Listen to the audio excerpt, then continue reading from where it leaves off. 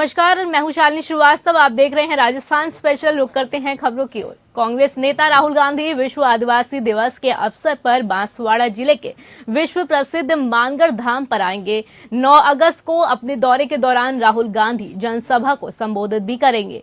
आपको बता दें, राजस्थान प्रदेश कांग्रेस कमेटी के अध्यक्ष गोविंद सिंह डोटासरा के आमंत्रण पर राहुल गांधी बांसवाड़ा जिले के विश्व प्रसिद्ध मानगढ़ धाम आ रहे हैं। वहीं इस बारे में जानकारी देते हुए राजस्थान प्रदेश कांग्रेस कमेटी के महासचिव और प्रवक्ता स्वर्णिम चतुर्वेदी ने बताया कि राजस्थान प्रदेश कांग्रेस कमेटी के अध्यक्ष गोविंद सिंह डोटासरा और राजस्थान प्रभारी सुखजिंदर सिंह रंधावा आदिवासी दिवस के अवसर पर मानगढ़ धाम में आयोजित होने वाली विशाल जनसभा की तैयारियों को लेकर प्रमुख कांग्रेस जनों की बैठक लेंगे।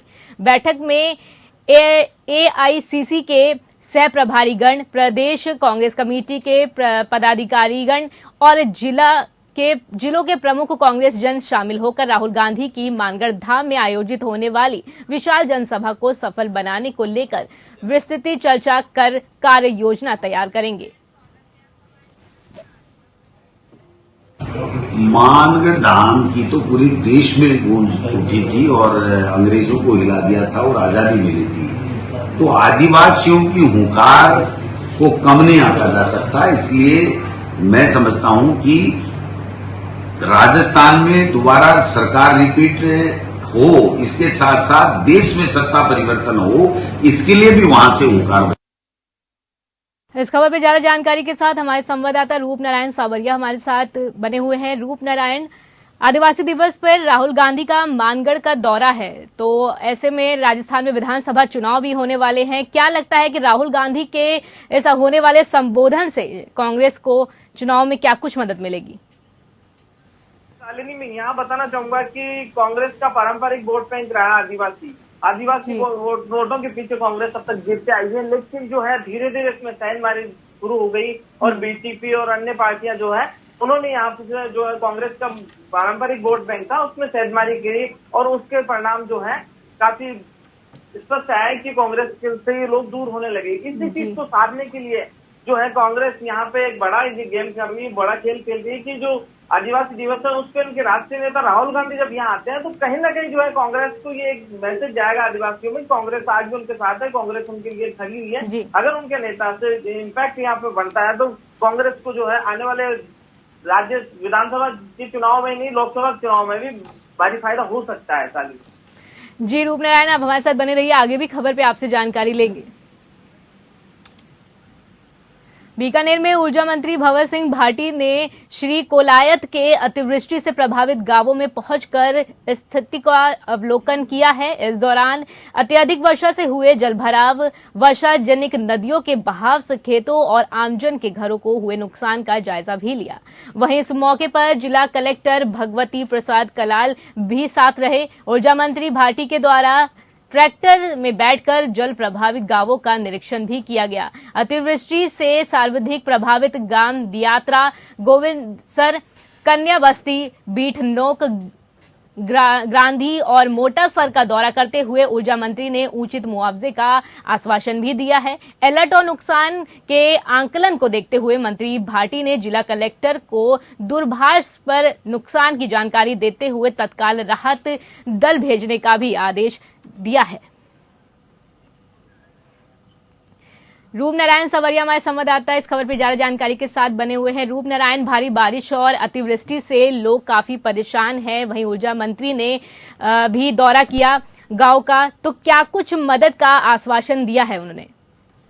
देखिए शालिनी, अभी जो है राजस्थान में मानसून सक्रिय है और मानसून की सक्रियता के चलते जो है भारी बारिश का सामना राजस्थान वासियों को करना पड़ रहा है। और ग्रामीण एरियो की अगर मैं बात करूं तो ग्रामीण एरियो के हालात ये है कि उन्हें आने जाने में काफी दिक्कत होती है। पानी भराव जो है चारों तरफ उनके रहता है, भराव के जो छोटी नदियां हैं, बाढ़ है, नाले हैं, उनमें जो है पानी लिमिट से ज्यादा आ जाता है, तो वो पानी बाहर निकलने के लिए कई चीजें समस्याएं इस मौसम में उनको हो रही है। इन सब चीजों को देखते हुए जो है बीकानेर की अगर बात करें तो यहाँ पे मंत्री भंवर सिंह भाटी पहुंचे हैं और उन्होंने जो है आमजन से मिलकर जो समस्याएं हैं उनकी समस्याओं के समाधान के तत्काल वहाँ पे जो उनके साथ अधिकारी थे उन्हें निर्देशित किया। निर्देशित करने के साथ साथ जो है राहत आपदा दल को भी उन्होंने यहाँ भिजवाने का आदेश दिए हैं कि जहाँ जहाँ पानी भरा हुआ है, लोग परेशान हैं, और जिनको परेशानियां हो रही है, तो वहाँ जो है राहत आपदा दल पहुंचकर उन लोगों को राहत प्रदान करें, क्योंकि फिलहाल जो है मानसून का यहाँ 1-2 दिन और अभी इसी तरीके से आना मौसम विभाग ने बताया है, तो ये हालात अभी बने रहेंगे। जी शालिनी। जी रूप नारायण, अब हमारे साथ बनी रहिए, आगे भी खबर पे आपसे रुक करेंगे।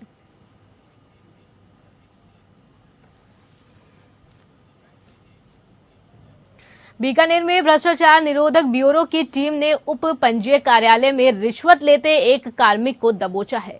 सीआई आनंद मिश्रा की अगुवाई में इस कार्रवाई को अंजाम दिया गया, जिस दौरान रजिस्ट्री की नकल देने की एवज में 1000 रुपए की रिश्वत लेते वरिष्ठ सहायक रिकॉर्ड रूम के आशीष तंबोली को पकड़ा गया। वहीं अचानक हुई इस कार्रवाई से ऑफिस में हड़कंप मच गया है। बताया जा रहा है कि परिवादी को लूणकरेसर निवासी से मिली शिकायत के आधार पर एसीबी की टीम ने ये कार्रवाई की है, जिस दौरान कार्यालय में तंबोली को रंगे हाथों पकड़ा गया। वहीं इस मामले में आरोपी परिवादी से पूछताछ की जा रही है। रिश्वत मांग सत्यापन हो जाने पर हमने ट्रैप कार्रवाई का आयोजन किया गया।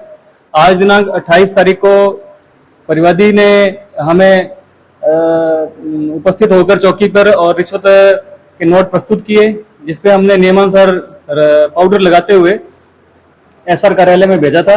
और आरोपी श्री आशीष तंबोली, जो कि वरिष्ठ सहायक हैं डीआईजी स्टाम्प के, यहाँ पे रिकॉर्ड रूम में कार्यरत हैं, और उन्होंने अपने टेबल पे फाइलों के नीचे रखवाते हुए नोट 1000 रुपए रिश्वत राशि प्राप्त की, जिनको इशारा मिलने पर हमने गिरफ्तार किया। अलवर के थाना गाजी समीपवर्ती घाटा के अंदर विद्युत विभाग के एक कर्मी की करंट की चपेट में आने से मौत हो गई। वहीं मौत के बाद नाराज हुए ग्रामीण घाटा विद्युत कार्यालय पर पहुंचे, वहां पर शव के साथ प्रदर्शन किया। इस दौरान ग्रामीणों ने कहा कि कर्मचारियों ने किसी प्रकार का कोई सहयोग नहीं किया और विभाग के द्वारा कोई मदद नहीं की गई है। 1 करोड़ के आर्थिक मुआवजे की मांग करते हुए ग्रामीणों ने सरकारी नौकरी की भी मांग की है। वहीं इस मौके पर विद्युत विभाग के कर्मचारी और पुलिस कर्मी समझाइश करते हुए नजर आए हैं।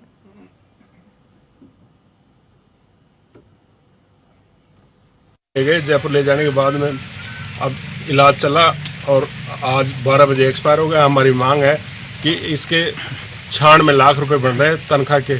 इसकी 40 साल की उम्र है, 20 साल और करता। तनख्वाह कब से नहीं मिली इसको?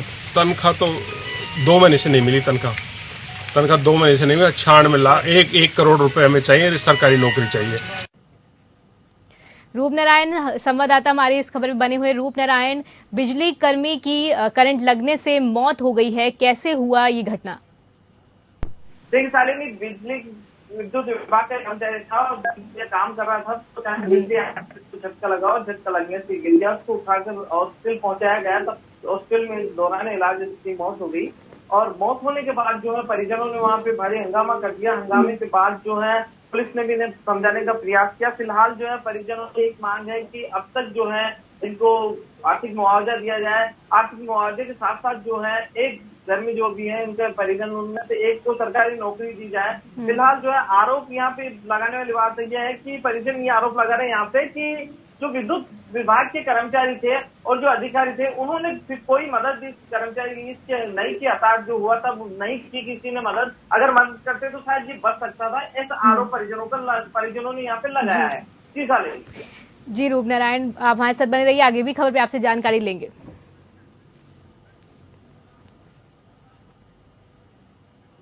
झालावाड़ के चौमहला स्थित गवर्नमेंट कॉलेज में 3 सूत्रीय मांगों को लेकर स्टूडेंट्स विरोध प्रदर्शन पर बैठे हुए हैं। उनका कहना है कि जब तक उनकी मांगे नहीं मानी जाती, प्रदर्शन और भूख हड़ताल जारी रहेगा।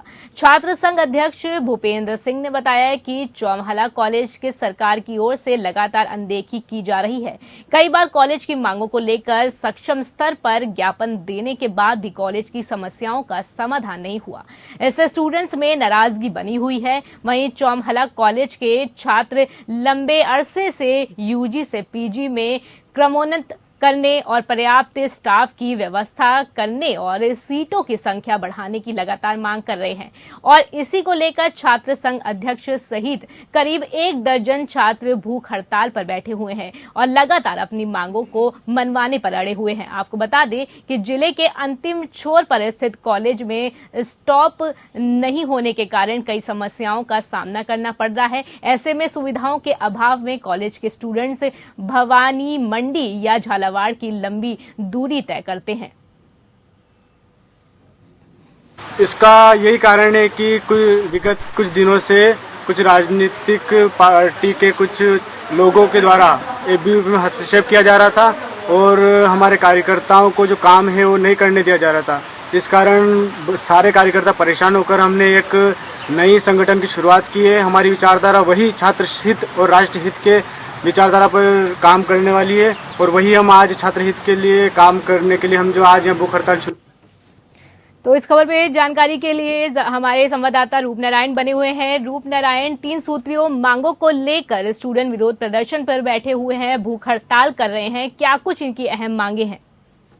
देखिए शालिनी, ये जो छात्र हैं यहाँ पे भूख हड़ताल पर बैठे हैं, लेकिन लंबे समय से इनकी मांग थी कि ये जो महाविद्यालय तो इसे प्रोमोन किया जाए। प्रोमोन करने के साथ साथ जो है यहाँ जो स्टाफ है, स्टाफ की कमी के चलते छात्रों की पढ़ाई प्रॉपर नहीं हो पा रही, तो स्टाफ बढ़ाया जाए। साथ ही साथ जो है कॉलेज में जब स्टाफ बढ़ेगा तो छात्र सीटें भी यहाँ कॉलेज में बढ़ाई जाए, जिससे छात्रों को ज्यादा से ज्यादा यहाँ बेनिफिट हो।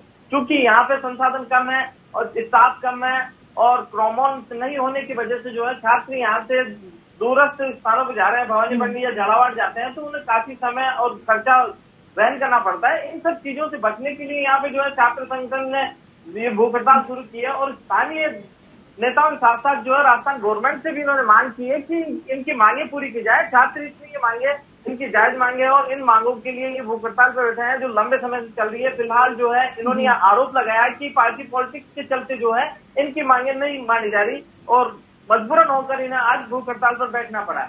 बिल्कुल, स्टूडेंट कई तरीके की परेशानियों का सामना कर रहे हैं। फिलहाल बहुत बहुत शुक्रिया रूप नारायण हमारे साथ ज्यादा जानकारी साझा करने के लिए।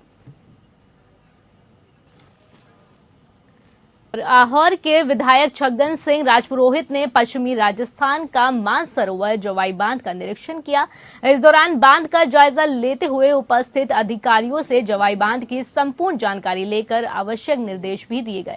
जूनियर अभियंता गणपत दिवासी ने विधायक छगन सिंह राजपुरोहित को जवाई बांध की प्रोजेक्ट रिपोर्ट और बांध के भराव क्षमता के साथ टेक्निकल रूप से कंट्रोल सिस्टम की संपूर्ण जानकारी से भी अवगत कराया। वहीं उपस्थित अधिकारियों से चर्चा कर विधायक राजपुरोहित ने कहा कि वर्तमान में जवाई बांध में 54.20 फीट पानी भरा हुआ है। अभी से ही बांध से आवक शुरू है और बारिश का सीजन भी अभी बाकी है। समय रहते हुए जवाई के गेट खोले जाने को आवश्यक समझे, जिससे जवाई के बहाव क्षेत्र में आने वाला सुमेरपुर आहोर जालौर जिले को भारी भरकम नुकसान ना पहुंच सके। वहीं इस मौके पर किसान नेता और भाजपा जिला उपाध्यक्ष ईश्वर सिंह थूम्बा, कनिष्ठ अभियंता गणपत देवासी, शांतिलाल सुथार, जेठू सिंह मांगलिया समेत कई लोग मौजूद रहे।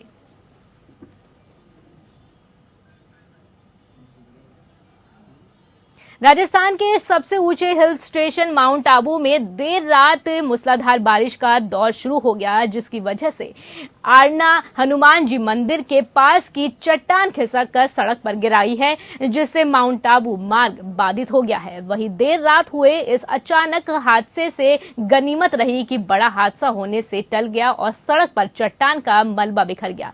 वहीं इस हादसे में करीब 3 घंटे यातायात बंद रहा, जहां माउंट आबू और आबू रोड मार्ग पर आवागमन करने वाले वाहन चालकों को भारी परेशानियों का सामना करना पड़ा है। वहीं मौके पर मौजूद लोगों ने पालिका के आपदा कक्ष में सूचना दी, जिसके बाद उपखंड अधिकारी सिद्धार्थ पलानी चामी के निर्देश पर और पालिका आयुक्त राम किशोर के नेतृत्व पालिका के कर्मचारी मौके पर पहुंचे और आनन फानन में सड़क मार्ग पर बिखरे चट्टान के मलबे को हटाने का काम शुरू किया। करीब 3 घंटे की कड़ी मशक्कत और आपदा दल की टीम के प्रयास से माउंट आबू रोड मार्ग पर यातायात जो है वो पूर्ण रूप से सुचारू करवाया गया।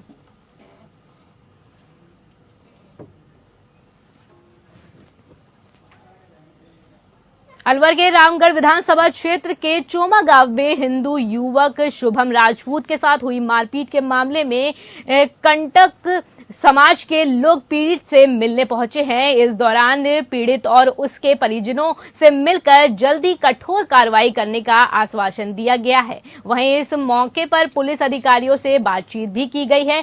पीड़ित से मिलने के बाद विद्यालय के अध्यापकों से घटना को लेकर बातचीत की और कहा कि स्कूल परिसर में आकर मेव समाज के कंटकों ने तिलक लगाकर आए छात्र से मारपीट की। ये घटना घोर निंदनीय है।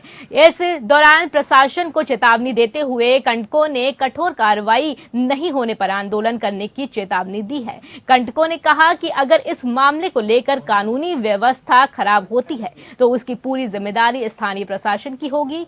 इस तरह की घटिया हरकतों पर हम पूरी ताकत से लड़कर रोक लगाएंगे। वहीं इस मौके पर राष्ट्रीय प्रतिनिधि ज्ञानदेव आहूजा, भाजपा युवा नेता जय आहूजा, रामगढ़ मंडल अध्यक्ष राजेंद्र मिश्रा समेत कई लोग उपस्थित रहे।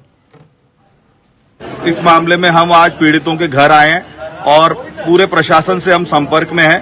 हमने स्पष्ट प्रशासन को कहा है कि धार्मिक भावनाएं आहत करने के मामले में कठोर कार्रवाई करनी चाहिए प्रशासन को। यदि कठोर कार्रवाई नहीं की तो पूरा हिंदू समाज एकजुट होकर के इस विषय पर आंदोलन करेगा और आगे कोई भी अगर लॉ एंड ऑर्डर की परिस्थिति बिगड़ती है कानून व्यवस्था की तो इसकी पूरी जिम्मेदारी स्थानीय प्रशासन की होगी और स्थानीय राजनीतिक नेतृत्व के प्रश्रय पर इस तरीके की जो घटिया हरकतें हो रही है इस पर रोक लगाना बहुत आवश्यक है और हम लोग इसके विरुद्ध पूरी ताकत से लड़ाई। फिलहाल इस बुलेटिन में अभी बस इतना ही। आप मुझे दीजिए इजाजत। नमस्कार।